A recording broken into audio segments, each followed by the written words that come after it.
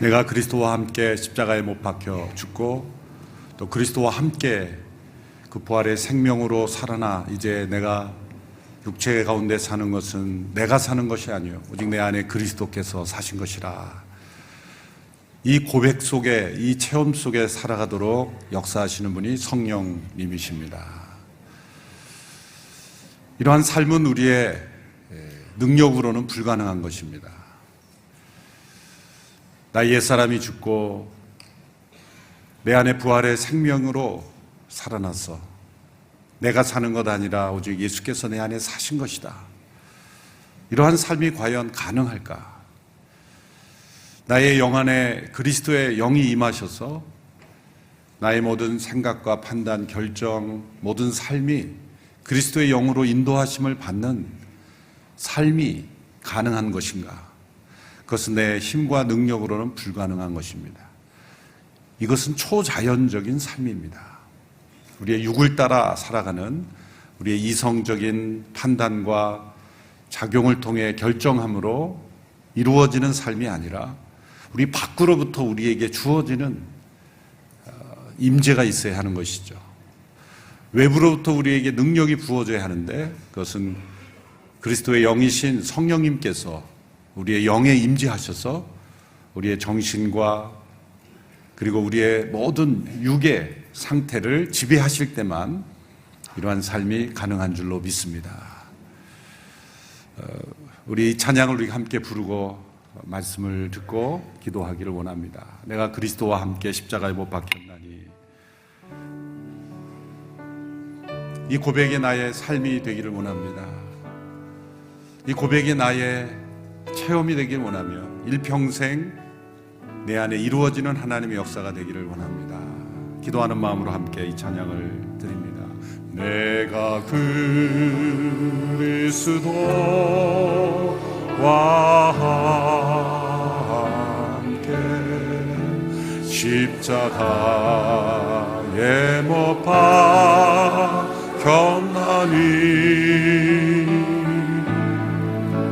그런 즉 이제 내가 산 것 아니요 오직 내 안에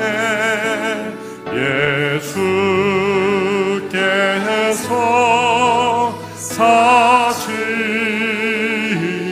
것이라. 이제 내가 육체 가운데 사는 것은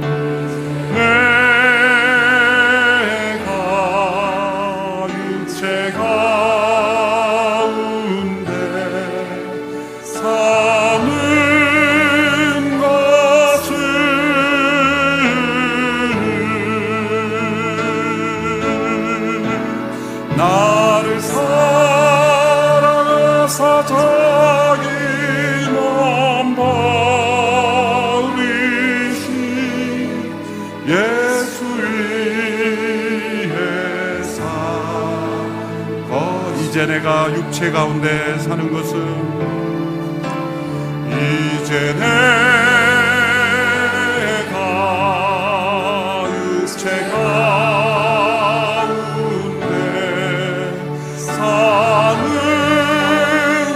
사는 것은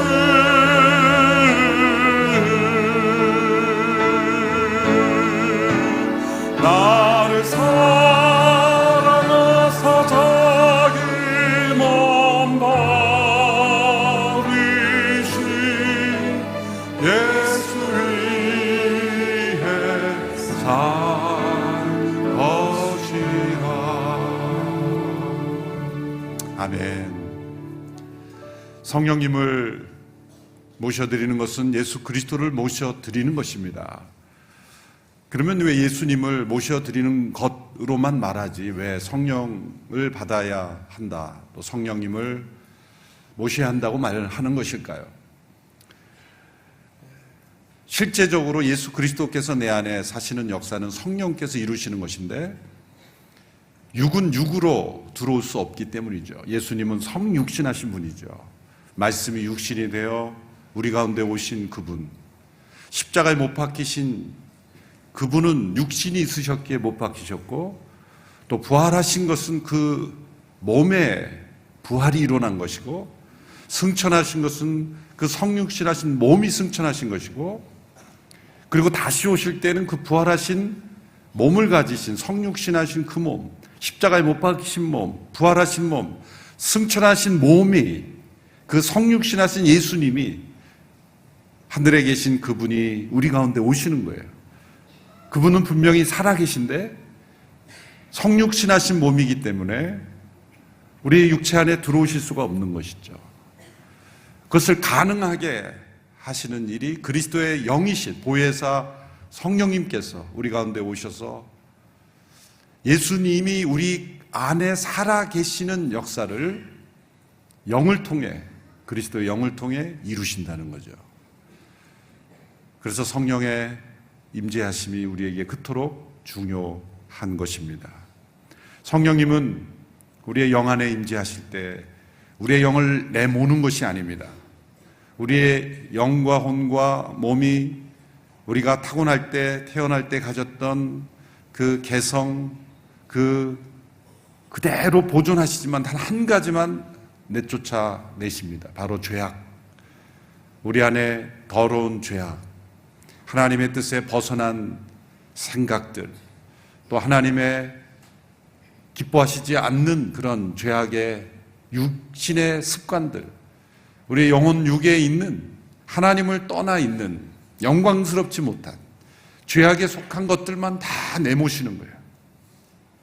때로 성령 임할 때 우리의 몸이 떨리기도 하고, 또 우리의 그 감정이 뜨거워지기도 하고, 때로는 어떤 우리가 이해할 수 없는 현상들이 일어나는 것, 때로는 귀신이 떠나가는 일이기도 하지만 우리의 몸 안에 있는 모든 죄악의 습관들이 떨어져 나갈 때 일어나는 현상인 것이죠. 우리의 정신에 있었던 잘못된 생각들, 거짓들, 이런 것들이 떠나가는 것. 우리의 영에 하나님의 영이 임할 때 우리의 영혼육을 성령께서 지배하시는 거예요. 놀랍게도 그리스도의 영이 우리의 영과 충돌되지 않고 하나가 된다는 것, 하나로 연합된다는 것. 그것은 마치 무엇과 똑같냐면 그리스도께서 완전한 하나님이시며 완전한 사람이시는 온전한 연합이 이루어지죠. 그분 안에 있는 하나님의 속성과 인간의 속성이 서로 충돌을 일으키지 않습니다. 마찬가지로 그리스도의 영이 우리의 영 안에 임할 때 이 두 영이 충돌을 일으키지 않는 거죠. 하나님이신 그분이 사람의 몸을 입으시고 완전한 하나님이며 완전한 사람이심의 사건이 일어난 것처럼 우리 안에 그러한 하나님의 신적인 역사와 우리가 가진 이 몸을 가진 인간으로서의 삶이 그대로 유지되면서 우리는 거룩한 하나님의 사람으로 변화되는 것이다. 그래서 성령님이 오심으로 예수 그리스도가 우리의 머리이시고 또 그분을 믿는, 그분의 영을 받은 그분의 사람들이 교회로 한 몸이 된다는 것이 실제로 이루어지는 사건이 되는 것입니다. 어떤 인연, 개념이나 표가 아니라 실제로 그리스도의 몸된 하나됨이 일어나는 것이다. 그래서 성령님이 오신 것은 그리스도와 교회를 하나 되게 하시는 것, 한 몸, 한 영을 받아야 한 몸이 되는 것이죠. 그리스도와 교회를 한 몸 되게 하시는 일, 이것이 바로 성령님이 오셔서 행하시는 일입니다. 이처럼 성령님의 역사하심이 중요하기에 사도행전의 역사를 통해 성령님의 역사하심을 다양한 형태로 우리에게 있는 그대로 기록해 주셨습니다. 이 밖에도 교회 역사를 통하여 이루어진 성령의 역사가 우리에게 사실 그대로 나타나 있습니다. 삼위일체 하나님이신 성령 하나님을 우리가 잊어서는 안 되고, 또 그분의 사역을 무시해서도 안 되고, 또 그분의 역사하심을 우리가 깨닫지 못하는 일이 있어서는 안 됩니다. 이런 질문을 한 번쯤은 던져보셨을 겁니다. 성령님께 기도하는 것이 가능한 것인가? 마찬가지로 예수님께 기도하는 것이 가능한 것인가? 기도란 신학적으로 조금 공부를 한 분은 기도란 이것이 아닌가, 예수 그리스도의 이름으로 성령 안에서 하나님께 드리는 것이 기도 아닌가, 아주 신학적으로 잘 정교하게 만들어진 명제입니다. 맞습니다. 그런데 하나님이신 성령님, 하나님이신 예수님께 기도하는 것은 맞는 것입니다. 우리는 예수님께 기도하죠. 예수님, 내 안에 들어와 주십시오. 성령님, 내 안에 임하여 주십시오. 삼위일체 되신 하나님께 직접적으로 기도하는 것은 마치 제자들이 풍랑이는 그 물결 위에 있는 배에서 예수님, 우리를 도와주십시오. 우리를 도와주십시오. 우리를 살려주십시오. 라고 간구했던 제자들처럼 기도할 수 있는 것이죠. 성령님, 내 안에 오셔서 예수님이 내 안에 온전히 주님 되신 그 삶을 체험하기를 원합니다. 성령님, 내 영에 충만하게 임재하여 주셔서 내 영의 눈이 띄어지게 하여 주옵소서. 죽어있던 나의 영혼이 살아나게 하여 주옵소서. 나의 육신에 이끌려 사는 인생이 되지 않게 되길 원합니다. 영이 우리의 육을 지배하는 삶이 되지 않으면 육에 이끌리는 삶이 되는 거예요. 육에 속한 인생이 되는 거예요. 영이, 하나님의 성령이 이끌려야 우리의 육이 영에 이끌려 가는 것이죠. 영에 속한 하나님의 사람들이 되기를 축원합니다. 사도행전을 보면 초대교회 성도들은 다양한 패턴으로 성령님을 체험했습니다. 예수님께 대한 믿음을 고백하는 순간 곧바로 성령님께서 충만히 임하시기도 하였고, 또 믿음을 고백한 이후에 일정한 시간적 간격이 있은 후에 성령님께서 임하시기도 하셨습니다. 세례의식, 물세례와의 관계를 생각하면 더 다양합니다. 어떤 분은 물세례를 받은 이후에 성령의 세례를 받기도 하고, 또 정반대로 어떤 분은 이미 성령의 세례를 경험한 이후에 물세례는 형식적으로 인정하고 고백하는 것으로 물세례를 받은 경우도 있습니다. 또 어떤 경우에는 동시적으로 물세례를 받을 때에 성령의 세례가 임하기도 합니다. 오늘날 교회 안에서 세례의식을 받을 때도 세례를 받으신 분들을 보면 이 모든 상황이 그대로 그 패턴이 나타납니다. 어떤 분은 그냥 물세례일 뿐이에요. 고백을 하고 대화를 나눠보면 성령의 임재하심을 아직 체험하지 못했으나 받아야 한다고 하니까 믿음으로 받는 거죠. 그것도 믿음이에요. 구원 얻는 믿음이에요. 그 정도 갖고는 구원 못 받아 라고 하나님께서 보내신다면 아마 상당수 그냥 집으로 돌아가야 될 겁니다. 구원은 우리의 능력을 보고 주시는 것이 아니라 믿음을 보고 주시는 거기에, 저 받겠습니다, 받아들입니다, 예수 믿습니다라고 하는 우리에게 있는 최소한의 믿음을 보시고 구원 얻으신다. 아브라함의 삶을 보면 아브라함 믿음으로 의롭다함을 받은 시점이 언제입니까? 아브라함의 전체 생애를 볼 때 뚜렷한 사건들이 있었죠. 그런데 아브라함이 믿음으로 그 여정을 시작한 시점부터 모리아산에서 그 이삭을 바치는 창세기 22장의 사건이 아마 믿음의 절정이었을 겁니다. 아들을 하나님께서 원하시는 제물로 바칠 수 있는 그 믿음의 여정까지는 놀라운 믿음, 그 부활을 믿는 믿음이었죠. 약속을 믿는 확실한 믿음이었죠. 그런데 하나님께서 창세기 22장에 이르는 아브라함의 믿음의 단계에서 아브라함을 의롭게 여기셨다라고 만난다면 아마 우리 모두는 희망이 없을 거예요. 희망이 없을 거예요. 야, 이 정도 믿음이 되어야 의롭게 하시는구나. 우리는 모두 탈락이구나. 그런데 하나님께서 아브라함을 믿음으로 의롭다 여기시는 그 믿음은 창세기 15장 6절에서 아브라함이 한참 흔들릴 때, 아브라함이 하나님의 약속을 받았고 움직였지만 자신의 삶에 그 약속이 이루어지지 않는 것을 보고 방황하며 두려워하며 불안하며 어쩌면 불신이 그의 마음속에 가득하고 있을 때 하나님께서 창세기 15장에서 하늘의 별을 보여주고 내 자손이 이렇게 하늘의 별과 같이 많으리라, 하나님의 이 시청각 설교를 딱 듣는 순간 믿음이 온 거예요. 그의 안에 믿음이 충만한 것이 아니라 외부적인 하나님의 메시지로 하늘의 별을 봐라. 이 별을 이 많은 것처럼 너의 자손이 많을 것이다 할 때 아브라함의 마음속에 믿음이 심겨진 거죠. 그때 하나님께서 그의 믿음을 의로 여기셨다. 믿음으로 의롭게 되었다는 것이 창세기 15장에 아브라함의 믿음의 단계에서 주어졌다는 것이 우리에게 큰 은혜죠. 그렇게 물세례를 받고 제가 죄인임을 고백하고 또 예수 그리스도를 주로 고백합니다 라고 고백하는 그 믿음을 우리 의롭다 여기시고 구원을 받는 거예요. 그런데 진정 깊은 그런 회개, 삶 속에서 체험하는 그러한 믿음의 능력 가운데 거하지 못하는 성도들이 있다는 거죠.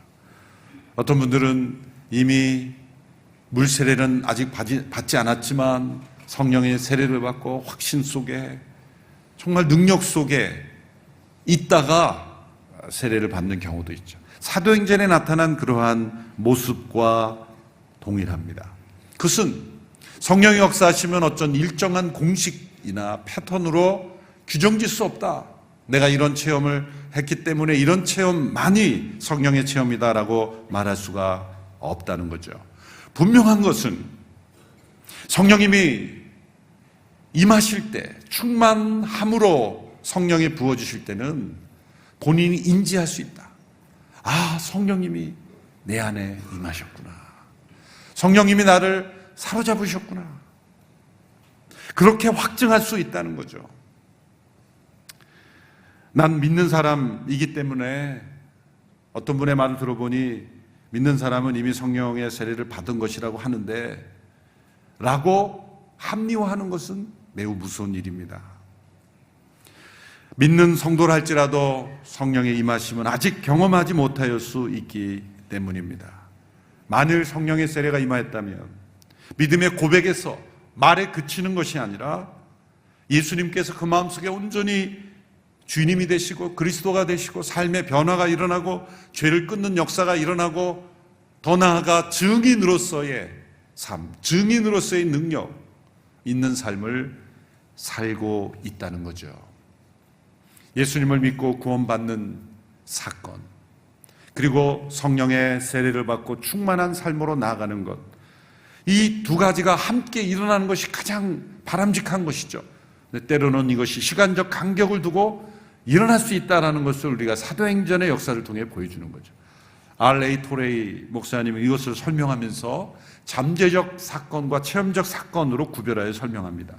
우리가 예수님을 믿는 순간, 그것도 성령님이 우리 안에 임하심으로, 역사하심으로 일어난 거죠. 그 순간 우리가 느끼지 못하는 사이에 그리스도의 몸의 지체로 우리는 하나가 되는 거예요.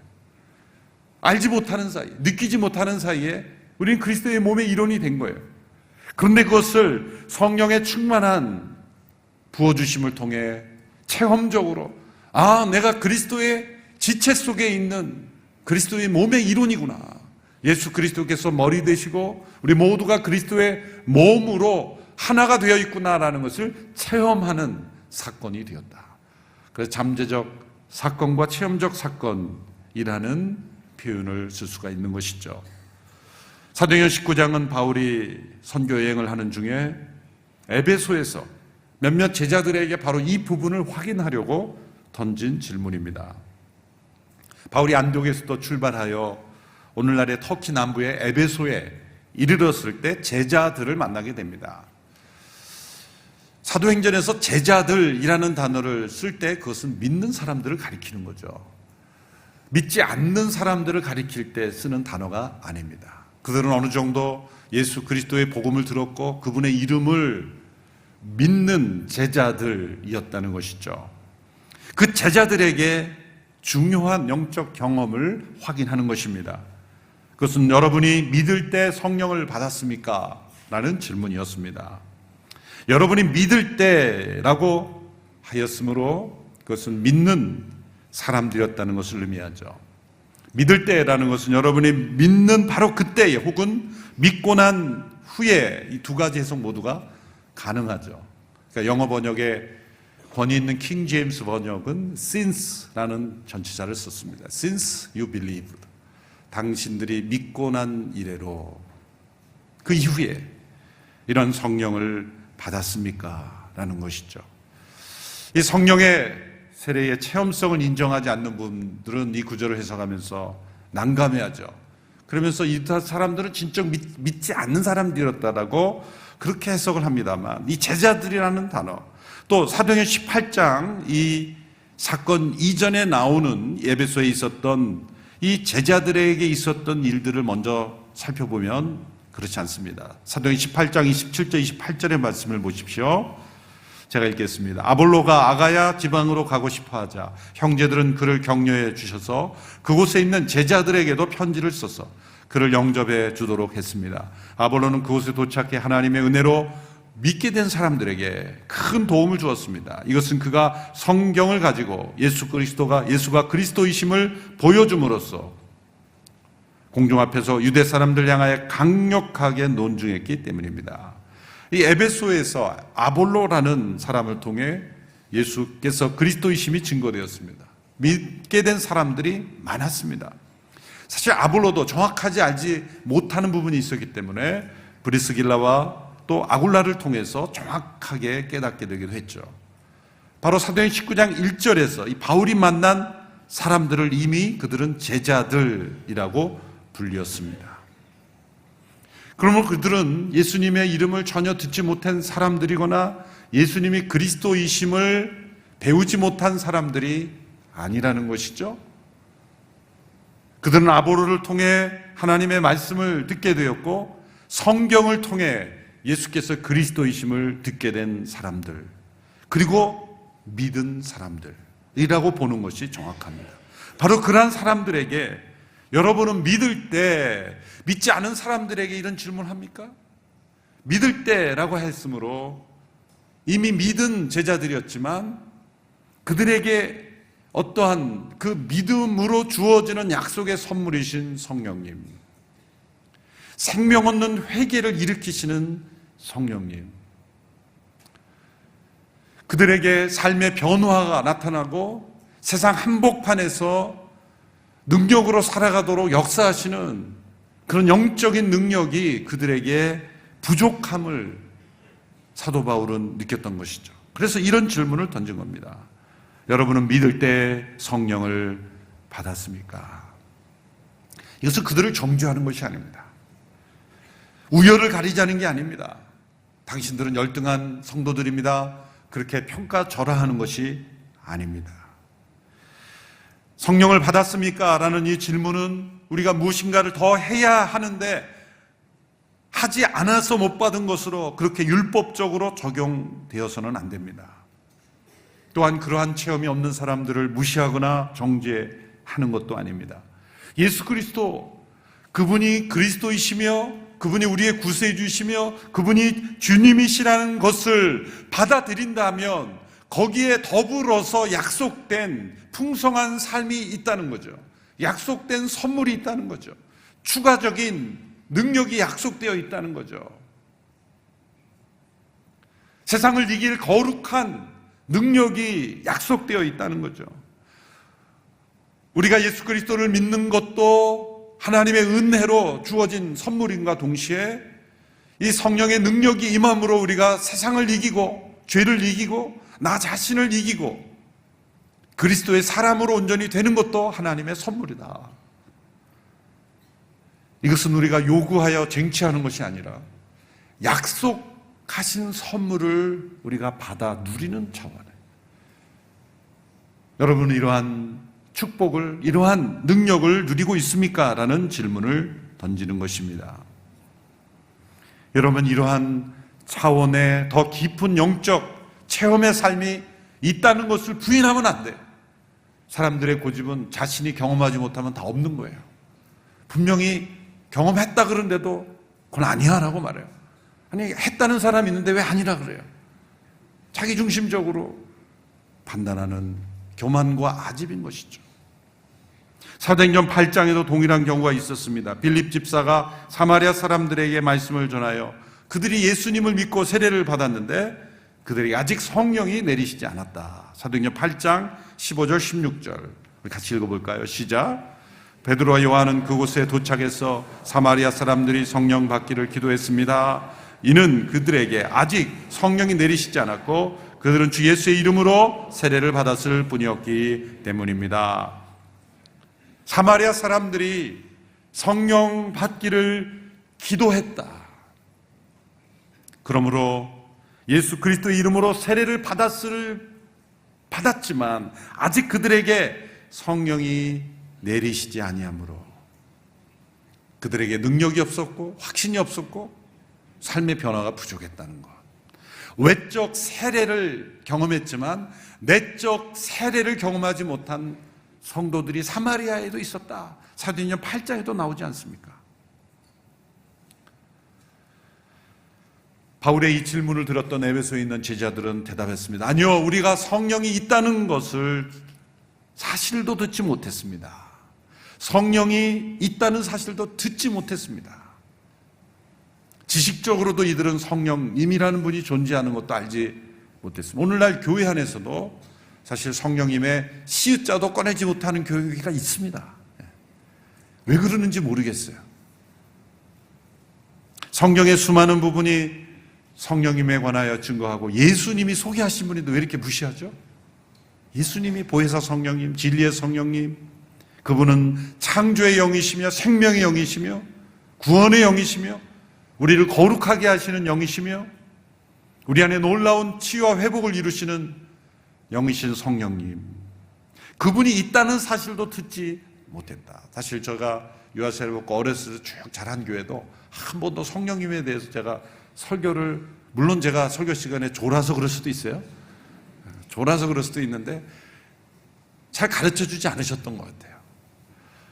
그러니 몸은 왔다 갔다 하고 교회 생활을 하는데 영적 체험이 결여된, 인근에 있는 어느 교회에 행사가 있어서 가봤더니 열심히 기도하는 거예요. 막 저녁에 뜨겁게 기도하는 것을 보고 속으로 이렇게 아주 어린 시절인데 점잖지 못하네, 그렇게 생각하는 것 같아요. 표현을 제가 그때 그런 생각을 했는지 모르겠지만 조금 비하하는, 아유 저렇게 믿어서는 안 되지, 저런 좀 비성적이고, 아니 어린 시절에도 그걸 굉장히 무시한 거예요. 왜 저렇게 믿지? 싫은 거예요.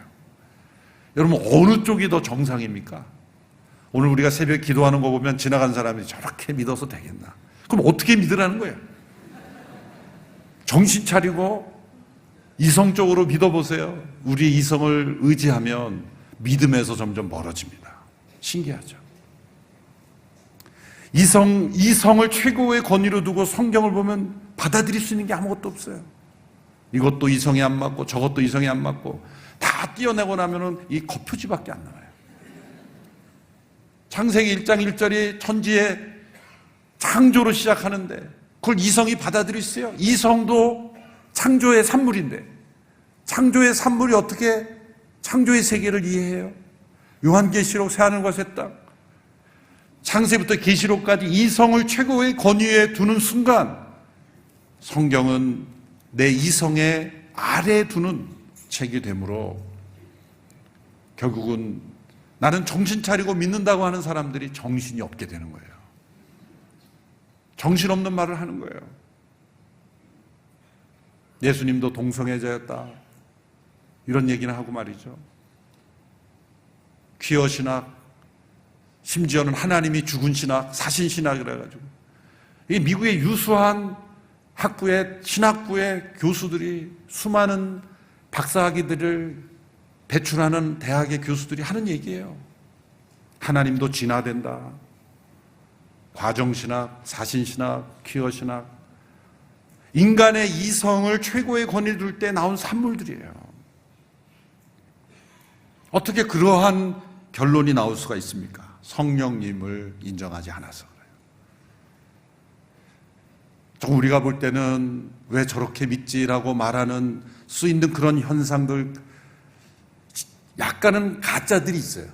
근데 제가 며칠 전에 말씀드렸잖아요. 가짜들이 있다는 건 진짜가 있다는 거예요. 진짜가 있다는 거예요. 몇 년 전에 이어령 교수님께서 제 방에 오셔서 그런 고백을 하셨어요. 주변 사람들이 교회 가는 것을 막 뭐라 그러시는데 믿지 않는 분들이 교회 문제 많은데 왜 자꾸 교회 가냐고, 다니지 말라고, 보니까 교회가 문제들이 많던데. 그래서 이런 교수님이 딱 이런 얘기를 하셨대요. 당신은 어느 식당 가서 식중독 걸리면 식당을 안 갑니까?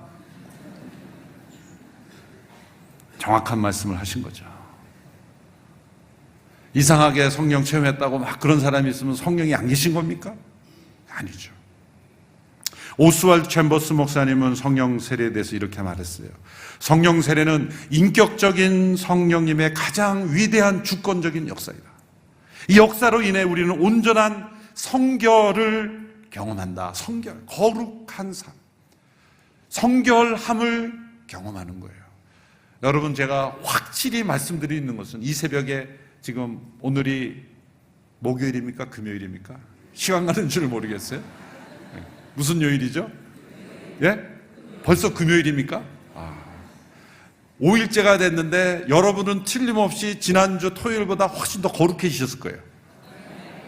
느끼지 않으세요? 저녁에 뭐 TV 보고 싶지 않으시죠? 졸려서 뭐 볼 수가 있어야지. 재미없으시죠?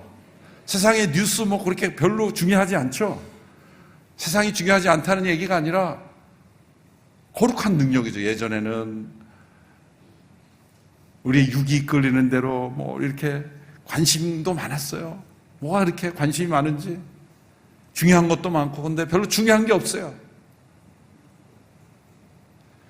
5일 동안 우리가 열심히 기도하고 말씀 듣고 새벽에 모여서 했더니 교만해지면 안 돼요. 근데 그렇지만 내가 영적 삶을 살아갈 수 있구나. 성결한 삶으로 점점 우리의 생각과 삶이 거룩해지는 삶으로 나아갈 수 있다. 그것은 성령님께서 우리 가운데 임하셨다는 증거이죠. 이것은 신앙의 우열을 가리고 누군가를 비하하고 자신을 높이는 것이 아니라 우리가 예수 그리스도를 닮아가는 일에 있어서 성령의 오심을 우리가 인정하고 또 성령의 충만함을 받기를 기도하는 것은 포기해서는 안 되는 너무나 중요한 영적 법칙이라는 거죠. 성령님은 인격적이신 분입니다. 누군가 내 앞에 다른 인격이 있을 때 그 인격적인 존재를 내가 어떤 태도로 맞이하냐에 따라서 그분과 나의 관계가 형성되기도 하고 멀어지기도 하잖아요. 내가 어떤 분을 만날 때 그분을 어떤 마음으로 진정 환영하고 맞아들이고 기뻐하고 만나기를 좋아하고 대화하기를 좋아하고 더 있었으면 좋겠다고 생각하는 사람과 있는 게 좋습니까? 아니면 나를 거절하고 쳐다보지도 않고 인사도 안 하고 대답도 안 하고 그러한 대상과 함께 있기를 원합니까? 인격적인 성령님, 영이신 하나님은 때로는 강제로 우리를 변화시키지만 일반적으로는 강제로 우리를 뒤집지 않으세요. 강제로 뒤집을 때는 좀 아파요. 그래서 고난이 필요한 거예요. 고난은 우리를 강제로 뒤집는 하나님의 역사예요. 우리를 거꾸로 매달아서 털털 터시는 거예요. 우리가 있는 죄악들을 다 터실 때 고난과 함께 털리겠습니까? 아니면 스스로 털겠습니까?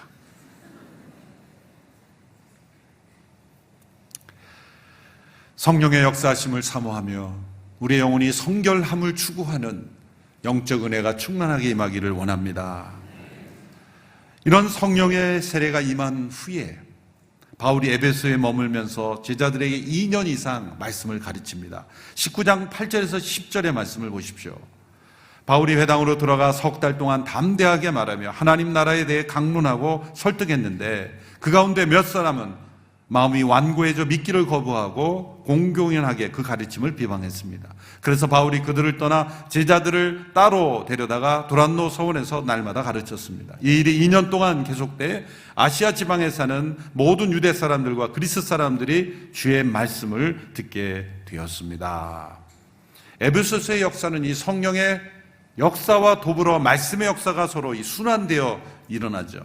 19장에서 에베소에서 성령의 세례가 임한 것은 18장에 나오는 아볼로의 말씀 사역과 무관하지 않습니다. 아볼로가 성경에 능통한 사람으로 예수께서 그리스도이심을 증거했어요. 그런데 그들이 깨달음으로는 받아들였지만 내적인 능력으로는 체험하지 못했던 것을 바울의 성령 사역으로 체험하게 되었어요. 말씀의 은혜와 성령의 은혜가 함께 더불어서 역사되었다는 것이죠. 또 이 성령 세례가 임한 사람들에게는 말씀에 대한 더 깊은 갈급함이 일어나는 거죠. 그래서 에베소의 지자들은 두란노 서원에서 날마다 모여 말씀을 배웠습니다. 이것을 강제로 시켜도 되겠습니까? 2년 동안 날마다 모이는 것이 가능하겠습니까? 사모하는 열정이 있어야 했기 때문에 가능한 거예요. 바울이 내가 유명한 학위를 줄 테니까 공부해라 그래서 모였겠어요? 이 두란노라는 사람이 소유한 이 개인 서원 건물인데 이것을 빌려서 아마 모였을 것이다 생각합니다. 오전 11시부터 오후 4시까지 가장 더운 시간에. 왜 이 시간에 모였겠습니까? 그 시간에는 외부 사람들이 안 오는 시간이기 때문에 너무 더운 날씨에 가장 사람들이 모이지 않는 시간인 가장 힘든 무더운 시간에 그들이 함께 모여서 말씀을 공부했다는 거예요. 그러므로 우리가 성경을 공부하는 목적은 성령에 사로잡힌 성결한 능력을 체험하는 것이 되어야 돼요. 우리의 지식으로 우리의 지적 만족을 위해서 나도 이 정도는 알아라는 것을 자랑하기 위해서 성경을 공부하는 것이 된다면 우리는 이성에 근거한 삶을 살게 되는 거예요.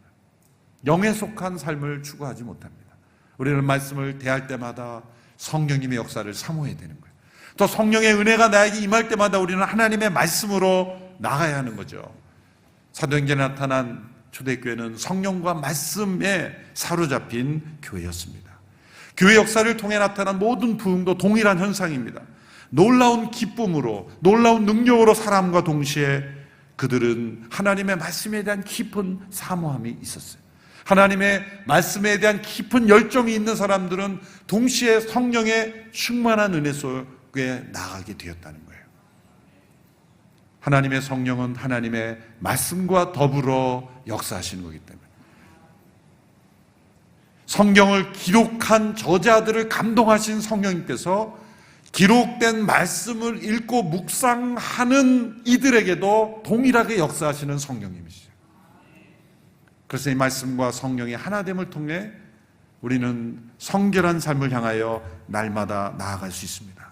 어떤 사람들은 신약 성경의 기준들을 자꾸 끌어내리려고 그래요.